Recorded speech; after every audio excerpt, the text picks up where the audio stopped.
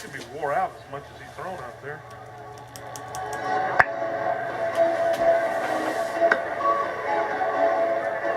Okay, Hall, 4 innings, 4 hits, 4 runs.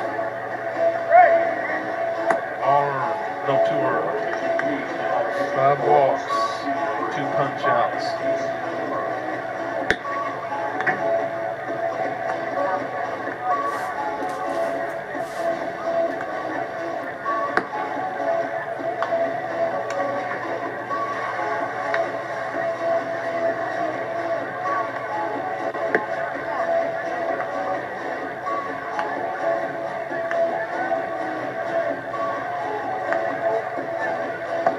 First out of the bullpen for the Governors is the right-hander, senior Kacy Kimmer from Clarksville, Tennessee, by way of Rome State Community College. Kimmer will make his second appearance of the season for the Governors. He is 0-0 with 1 inning worked. He takes over for Zach Hall, who lasted 4 innings plus a couple of batters. Hall gives up 4 runs on 4 hits, 2 of them earned. He struck out 5, he walked 2. He is on the hook right now for the loss. This batter he will face will be Mitch Price, who's 0 for 1 with a fly out to left and a walk. After that walk in the first inning, he was left stranded at third base. It's a righty-righty matchup. First pitch from Kimmer misses low and inside, ball 1. Kimmer, this is his 61st appearance of his career for the Governors. Here's his 1-0. That's down low. 2 balls and no strikes on Price. That is the 4th home run hit by the Bears already. We're just in game 5 of the season. 2-0 the count on Price, hitting .400 at this at bat. Watches this one outside. 3-0. Kimmer with a career record of 8 wins and 1 loss for the Governors. Out of his 61 appearances, he's only had 5 starts. He's picked up 1 save in his career. The 3-0 to Price. Going away, ball 4. 4-pitch walk for Mitch Price.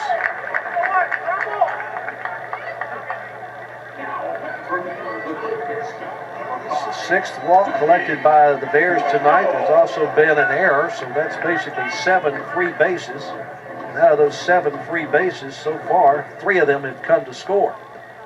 Here's Duncan Wendell. He delivered the first 2 runs for the Bears with a single off the glove of the pitcher in the first inning. First pitch to Wendell. High and away, ball 1. Bears are going to take until this guy throws a strike. And he hasn't been close.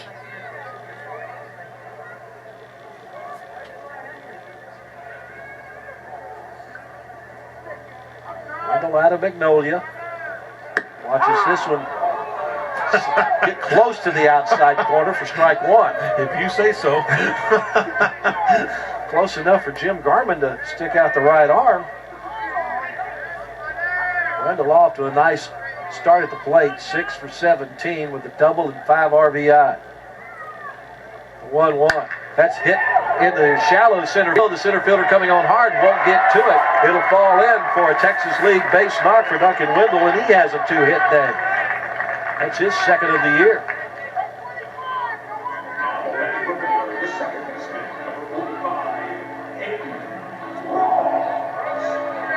Now it's up to Hayden Ross to add to the Baylor 4-2 lead. Baylor's secondman is 0 for 1 tonight. Walked in the first, called out on strikes in the 3rd. Still looking for his first hit as a Baylor Bear. Open stance from the right side. Nobody out, 2 on. He might be bunting. Defense is playing that way. He does square. Pulls back with a pitch, high and away. Ball 1. Bunt the strikes. Let the rest of them go by. Ross from Westlake High School in Austin. 6 foot, 170 pounds.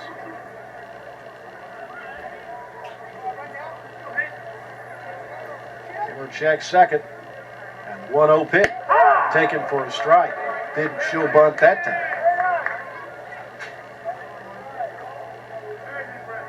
Governor's defense still looking for the bunt, though, as Ross steps out of the right-handed batter's box to check Hoot Jonigan at the third base coach's box as he rolls through a series of signs. Price the runner at second, Wendell the runner at first. And the 1-1 pitch to Ross is taken for a strike. He squared the bunt and pulled back on a pitch that he thought was going to be too low. So now Ross behind the count at 1 ball and 2 strikes.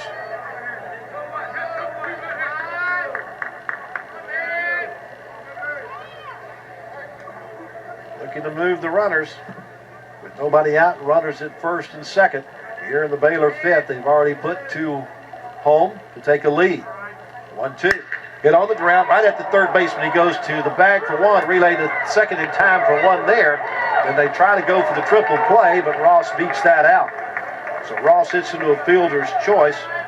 It winds up being a 5-4 double play to erase both Price and Wendell off the base paths. Ross is at first base for Adam Toth.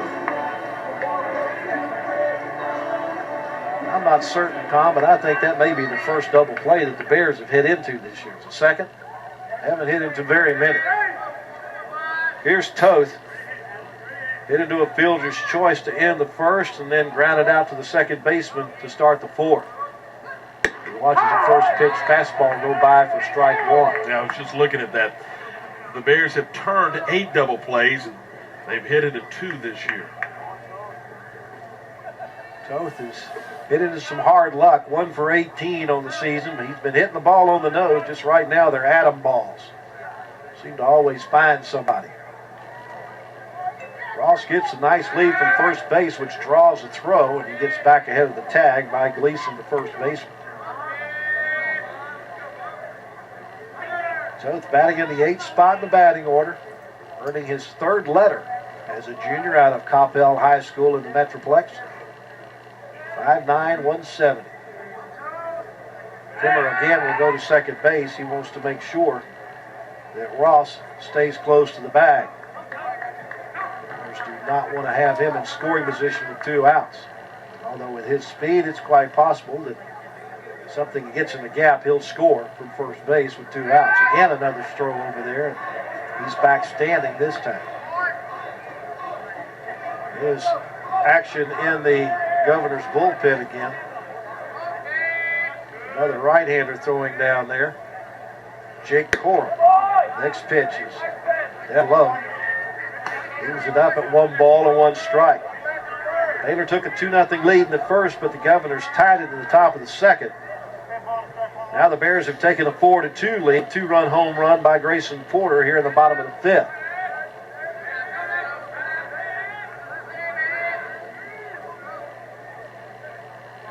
This pitch is swung on, hit in the air toward left field. The left fielder, Hager, goes back and makes the catch for the 3rd out to retire the side. The Bears grab the lead. They get 2 runs on 2 base hits. There was no errors and 1 man left on base.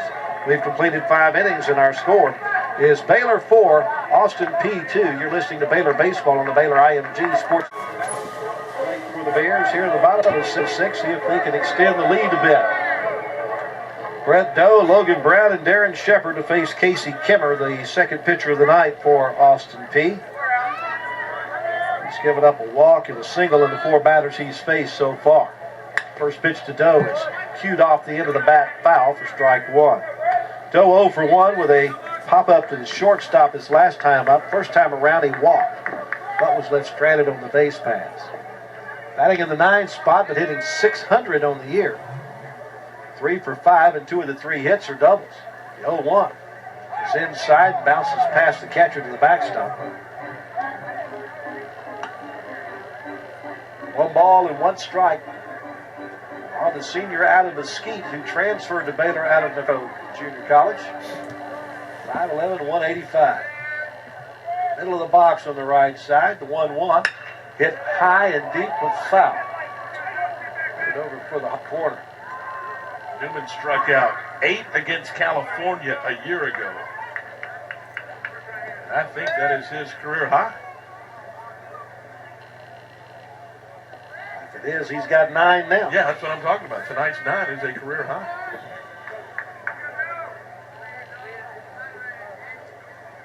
1-2 the count to Doe. This one's kicked off the end of the bat over toward the first base dugout.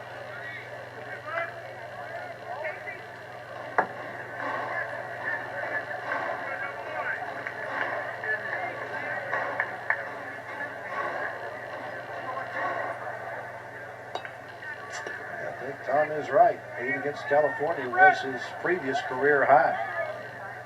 That was in 7 innings worked. Here's the 1-2. Bounces in. Hit about a foot in front of home plate. Doe wasn't chasing that one.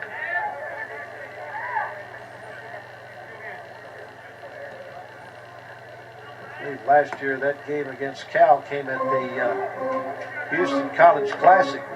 Newman pitched 7 innings. No run, 3-hit ball, and picked up those 8 strikeouts with 97 pitches thrown. 9-0 win in that contest. I believe I missed that game. I think you and John did that game. Here's the 2-2. Hit on the ground toward the 6th hole, but the shortstop, Gray, gets to it, throws across the diamond in time to get Doe. There's one down. Ray bobbled it a little bit and had plenty of time to stay with it before the out on the 9-hole hitter, Dylan Newman. Brett Doe, rather. Got Dylan Newman on my mind. Here's Logan Brown. He's got a 2-hit night with a bunt single and then a slashing single his last time up. He's also got a stolen base to his credit. 2 for 3. His first at bat was a fly out to center field. 2 hits tonight has raised his average up to 158. First pitch. Slider that hits the outside corner for strike 1. Check with our baseball media relations director, Zach Peters, and he confirmed that it is a career high in strikeouts for Dylan Newman, the Astros' 16th round draft pick a year ago. Next pitch to Brown is taken on the outside corner. Fastball at the knees for strike 2. Brown's out of Rowlett, 5'10", 170. Earning his 3rd letter here in his junior season. Kimmer works out of the stretch with nobody on. His 0-2 pitch bounces in. Curveball that hit about a foot in front of the plate. Baylor had a 2-0 lead in the first. They scored 2 runs on just 1 hit, 1 error, and 3 walks in the inning. Governors, though, got those 2 runs back in the second, thanks to a single, a walk, and a 2-run double. A 2-run homer by Grayson Porter gave the Bears the lead in the 5th. Ground ball to third base. Logan Brown not able to leg that one out as Robles is able to get it across the diamond in time to retire. There's 2 gone. Hit that ball in the nose, but just right to the third base. Like the ABs tonight from Logan Brown. So with 2 gone, here's Darren Shepard. He's 0 for 2 tonight. He has scored a run when he reached on an error by the second baseman in the first. He came around to score 1 of the 2 runs in that frame. He had a sacrifice in the second that did not pay off in any runs for the Bears, and then he flew out to right field. And it's a righty-righty matchup, and the first pitch is taken down low for ball 1.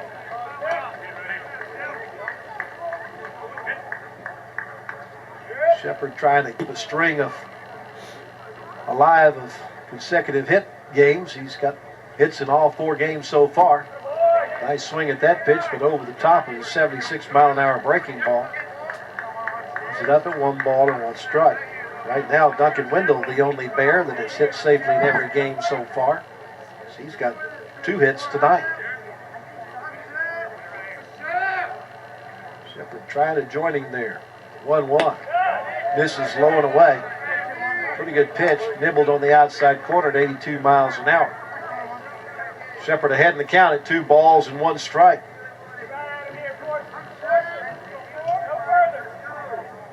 Kimmer has a sign to the 2-2. Swung and missed for strike 2. A little piece of that one. Swung from his heels at that breaking ball and just didn't connect. Steps out of the batter's box to readjust the helmet, readjust the gloves. Take a deep breath. Step back into the box. So Deuce is wild on the scoreboard. 2 balls, 2 strikes, 2 outs. Kimmer ready with the 2-2. Just misses inside. That's a pretty good fastball at 81. It almost unbuckled his belt. Look at Kimmer. Yeah, he wants to know where that was. But hang on a second. Something. No, I beg your pardon. Something's wrong. Yeah, he's now called the trainer out. Yeah, there's something wrong. Oh, this is not good. Yeah. Something did not go right after he delivered that pitch. He immediately stepped off the mound towards the dugout, signaled for the dugout. Coaching staff comes out, and they immediately go and signal for the training staff. They do have a right-hander working in the bullpen. If they need to go to the bullpen, and they will, the pitcher will have as much time as he deems necessary to get ready. An injury time, pitching change here. We have a call to the bullpen. Brought to you by Scott & White Health Plan, the One Texans Trust. Our score is Baylor 4, Austin P 2. We'll tell you about the next Governor's pitcher when we come back. You're listening to Baylor Baseball on the Baylor IMG Sports Network.